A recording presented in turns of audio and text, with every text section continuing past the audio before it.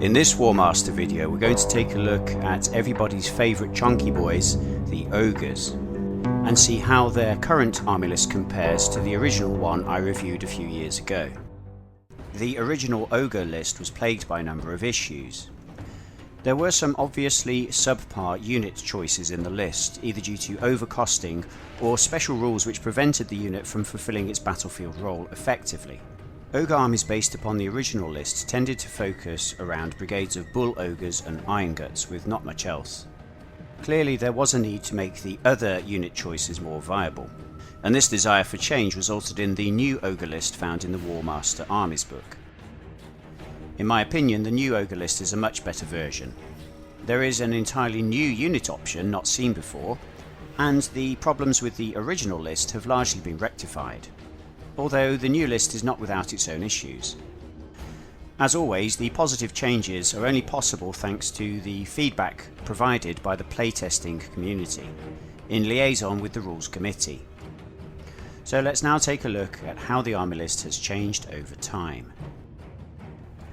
The compulsory infantry choice is still 2 Bull Ogres per 1000 points, and they have exactly the same profile as they always did. Bull Ogres represent the core infantry around which the army is based. They are solid and dependable heavy infantry. Bull Ogres are 5 points cheaper than equivalent heavy infantry from other armies such as Black Orcs or Temple Guard, and this is due to the Ogre's special rule that they must charge humans. A recurring question for the Ogre army has always been exactly what units count as human, and finally, thanks to the 2025 FAQ, that has been answered. Next up we have Lead Belchers, which are your missile infantry unit, and they've retained the same stats and points cost as the original list. However, the special rules for Lead Belchers have significantly improved, as they can now stand and shoot with both their missile attacks. This means Lead Belchers can now fulfill their role in the army as a true defensive unit.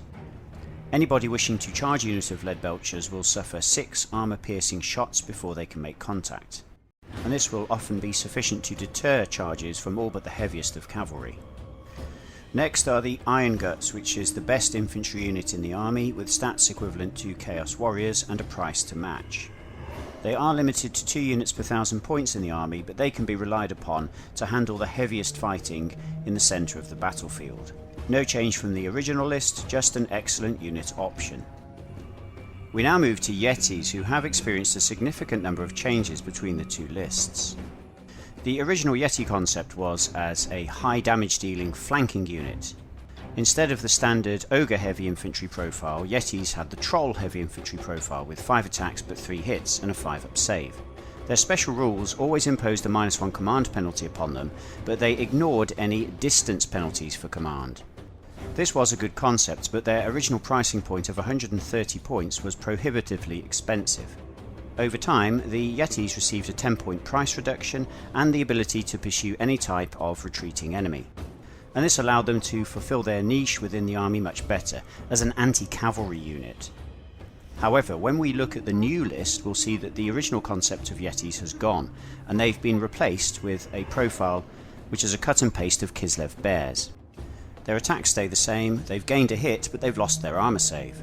They do gain +1 attack on the charge now, which means in theory they can inflict 21 attacks when charging. However, they cannot support or be supported by other infantry units, and they now must pursue retreating enemies and must advance into new combats, although they have lost the ability to pursue all unit types.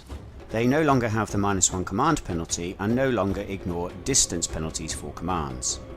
So in effect, Yhetees have now become a fanatic style unit which don't work well alongside other infantry, and their battlefield role is now that of either a backline sweeper unit, useful for ripping apart enemy flyers or light cavalry that sneak behind your lines, or as a frontline fire and forget missile sent into the teeth of the enemy to cause heavy damage before they're wiped out. My personal view is that I preferred the old concept of the Yhetees, and if you share my opinion then fear not, because the original concept of Yhetees does still appear within the Ogre list. That's right, Gorgers now fulfill the battlefield role that Yhetees used to do. So Gorgers are now your Netflix Yhetees, as they've been race swapped. Now, to be fair, Gorgers were the unit most in need of positive change in the list. Their original concept was a monster unit based as infantry with stats equivalent to Ogre Bulls. As monsters, they gained +1 attack on the charge and could pursue retreating cavalry and chariots. They were immune to terror, but had a fanatic rule in that they had to use their initiative to charge and could not use initiative to evade. They also had to pursue retreating enemies, but were prevented from advancing. As monsters, they couldn't rely on infantry support, and their horrendous overcosted price of 145 points per unit meant that they were hardly ever seen on the battlefield. So if we skip over the Gnoblars and see how Gorgers have also changed, we can see that they are now infantry and have inherited the original Yeti profile: 5 attacks, 3 hits and a 5-up save. They also have a much more affordable cost of 110 points per unit. Gorgers have also inherited 2 of the original Yeti's special rules, in that they always suffer a -1 command penalty due to their unruly nature, but they ignore distance modifiers for commands. They can now also be deployed as ambushers, following the standard ambush infiltration rules as units such as gutter runners or ninja.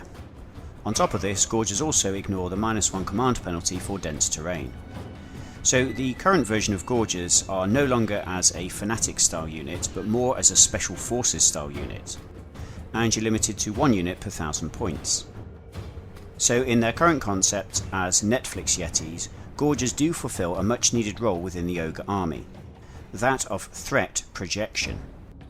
A unit of Gorgers emerging from dense terrain at the rear of the enemy army as early as turn 1 is a very nasty surprise, and they can easily make a mess of any enemy artillery, infantry or missile units they get their hands on.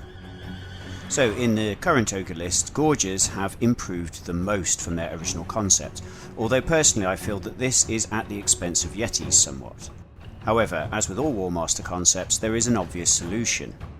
A core principle of Warmaster has always been to proxy individual unit types with other models. Therefore, if like me you feel that Gorgers are better suited as a fanatic style unit, and Yetis are better suited as a special forces style unit, you simply use your Yeti models as Gorgers, and your Gorger models as Yetis. Returning now to look at the Gnoblars, we can see that they still have the same stats and points as the original list. They are essentially identical to goblins, with the addition of a few special rules. Gnoblars cannot be supported by other infantry types, but do offer support the same as any other infantry. They can't be given magic items and can't be joined by Ogre characters.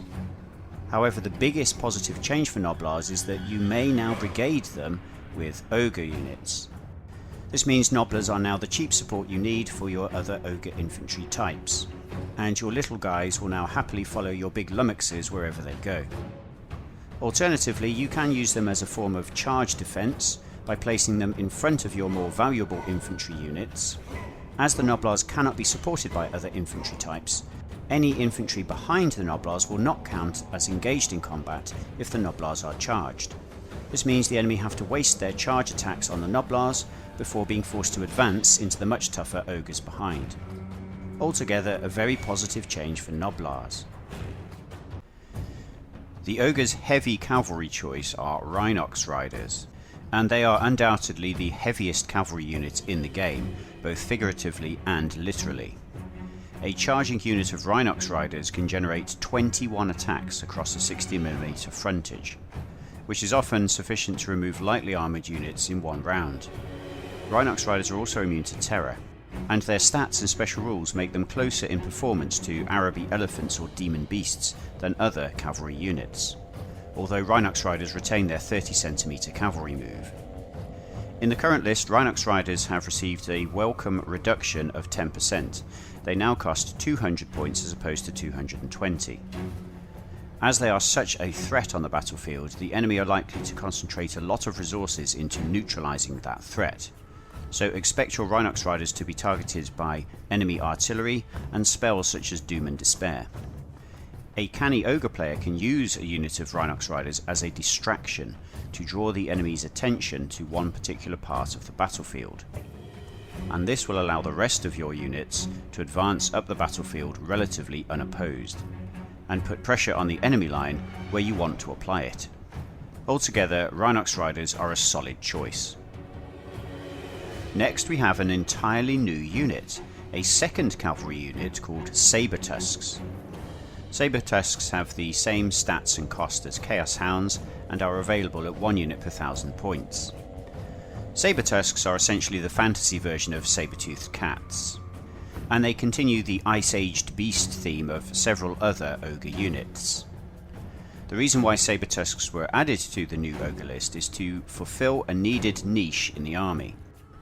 Their primary role is to brigade with the Rhinox cavalry and provide them with some much needed missile protection, in the same way that Chaos Hounds can protect Chaos Knights in the Chaos list. They're also a cheap way to boost your breakpoints in the same manner as Gnoblars, but they can also be kept back to protect the rear of your army from enemy flyers, or sent out on the flanks to hunt enemy missile units. In my opinion, Saber Tusks are a great concept, and show how a relatively minor unit can be used to improve the list as a whole. Next we have the Slave Giant. He's exactly the same as he was in the original list, but in line with all giants in all other armies, he's received a 10% points reduction and now weighs in at a leaner 135. As always, if you wish, you can proxy your Slave Giant to be represented by any large ice-aged beast such as a mammoth, a stonehorn, or a thunder tusk. And the role of the Slave Giant is to accompany your infantry brigades and protect their flanks. Although just remember, he does require a separate order and can't brigade with other units. Lastly, your artillery choice is the Scrap Launcher, which is identical to its version in the original list. This is the same as the Orc Rock Lobber and allows you to project force across the battlefield at 60 cm range. It's a nice tactical option for the list, and you have the option to proxy it as a looted cannon or a large boulder throwing monster. You can also use your new Yhetees as ferocious artillery guards to deter attacks by enemy flyers. Moving on to characters, we see that the Ogre Tyrant, the Ogre Bruiser, the Ogre Butcher and the Bull Rhinox mount are all the same as they were in the original list. This character pack works fine for an army such as Ogres, which has a low number of units and limited mobility. Although if you do invest heavily in units such as Gorgers, you may find your command options stretched. There have been suggestions that perhaps the Ogre Butcher could be dropped to command 7 and the number of bruisers in the army increased to 2 per 1000. However, as most of the Ogre army units are so expensive, having wizards at command 8 is perhaps a necessary design choice. So in summary, the 2025 version of the Ogre list has addressed the vast majority of issues apparent in the old list. The army now has far more tactical options, the individual units synergize much better with each other, and the points costs for units are far more appropriate. The exception being the current version of Gorgers, who are somewhat undercosted for the amount of rules they now have. Let's now take a look at the changes to the Ogre's spell list. If we look back at the original Ogre spell list that I previously reviewed, we will see that all the ranged spells have a range of 20 centimeters. And this is an anomaly amongst other Warmaster lists, where ranged spells typically have at least a 30 centimeter range. My assumption was that the list writer was attempting a Warhammerization of a Warmaster list, in order to represent concepts expressed in a different game system. This is a mistake, and it has a knock-on effect of needlessly complicating the way the spell works. Take a look at the original Bone Cruncher spell. There's no need to add a load of extra special rules just to justify a shorter range, when you've got a perfectly serviceable equivalent spell found in most other lists. To rectify this error, the current Ogre spell list has all ranged spells set at 30 centimeters, and in particular the Bone Cruncher spell is now identical to other spells of this type found in other lists, such as Deathbolt. In my opinion, the wording of the majority of spells can be tidied up a little, as Toothcracker and Trollguts don't mention how those spells can be targeted. But this aside, the Ogre spell list is now in a much better place. To summarise, I would say that the current Ogre list is a little bigger and far stronger than it was previously. And there are now a wonderful selection of 3D prints available to supplement the previous ranges such as Blackgate miniatures. So let's have a look at some players' painted armies.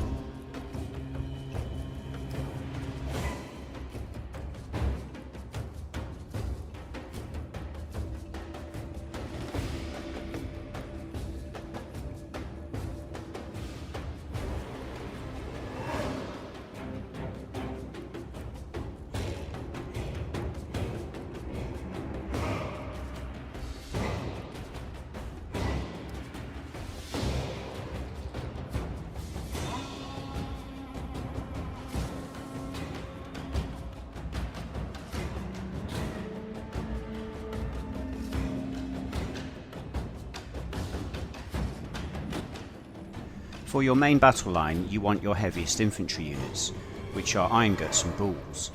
A line of Iron Guts supported by a line of Bulls is a very tough prospect for the enemy to take on.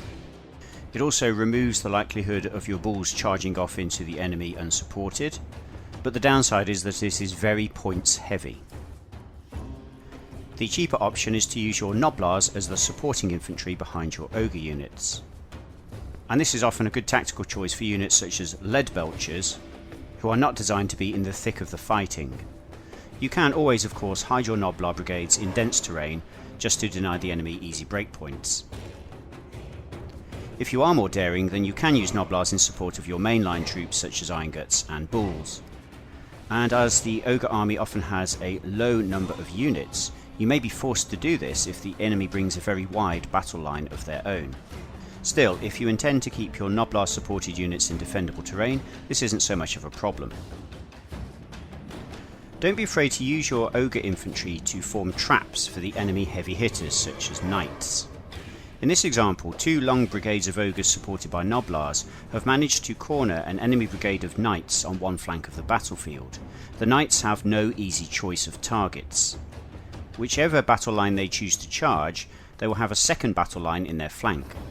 And because Ogre infantry is so resilient, the Knights are not guaranteed to be able to burst through one battle line when they do charge, and this will leave them exposed to getting flanked in your own turn and rolled up.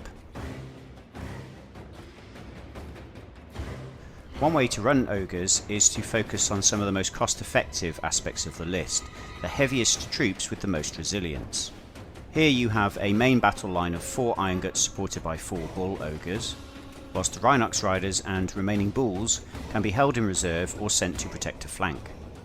You then have Gorgers as your threat projection unit, which can pop out of dense terrain and catch the enemy in the rear. This build can work well against Vampire Counts, Demons or Lizard Men, who won't have the missile attacks to disrupt your units before they can make combat. The downside is the extremely low breakpoint of 7. Another way to run Ogres is to focus on the ambush options provided by Gorgers. In this case, you must take a Tyrant with the Crown of Command to overcome the Gorgers' -1 command penalty for orders. You then take a solid battle line of Ogre Bulls to fix the enemy in place, and add some tactical options such as Scrap Launchers and Lead Belchers to force the enemy to come to you. When the enemy starts to advance towards you, you spring your trap, the Gorgers pop out of dense terrain in the flanks or rear of the enemy army. You can also add a force multiplier in the form of a bruiser on a Bull Rhinox to ensure the key combat goes your way. Another version of the heavy list is the big guy list, where you take maximum Giants, maximum Rhinox Riders and maximum Iron Guts. Your Iron Guts supported by Bull Ogres form your main battle line, with Giants on the flanks. The Rhinox Riders brigade with the Saber Tusks as a fire brigade to move to wherever the threat is greatest. This army can work well against low quality infantry hordes such as Skaven or Witch Hunters. Just beware of enemy cannon. If you want a high breakpoint Ogre army, you can max out on Gnoblars, Saber Tusks, Yhetees and Lead Belchers, the cheapest units in the army. You still have a solid core of Bull Ogres and some Scrap Launchers as threat projection. You can use the Yhetees as a large hammer brigade to catch the enemy unawares, whilst the Saber Tusks can chase off enemy flyers and keep your artillery safe. And with an impressive breakpoint of 12, this army can sustain a lot of attrition.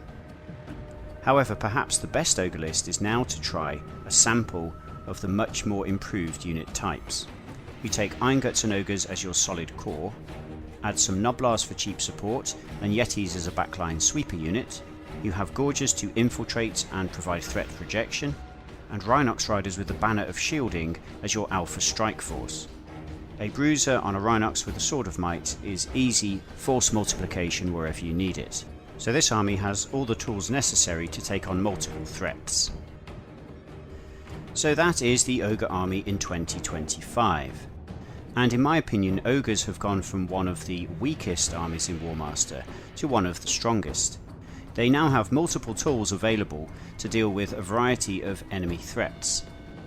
Their units are now much more affordable and all have clearly defined battlefield roles. The one caveat I would say is that perhaps Gorgers are a little too good at the moment for their pricing point of 110, so we might have to look at them in the future. but overall I feel that the current Ogre army list is one of the great success stories of Warmaster Revolution. As for the future, I don't foresee any major changes that are now required for the Ogre list. And aside from some small points adjustments here and there, and maybe a tidying of the wording for the spells, there's not much that the Ogres need. The Ogres remain one of the easiest armies to paint due to their low model count, so why not get your hands on an Ogre army and try out the big boys for yourself.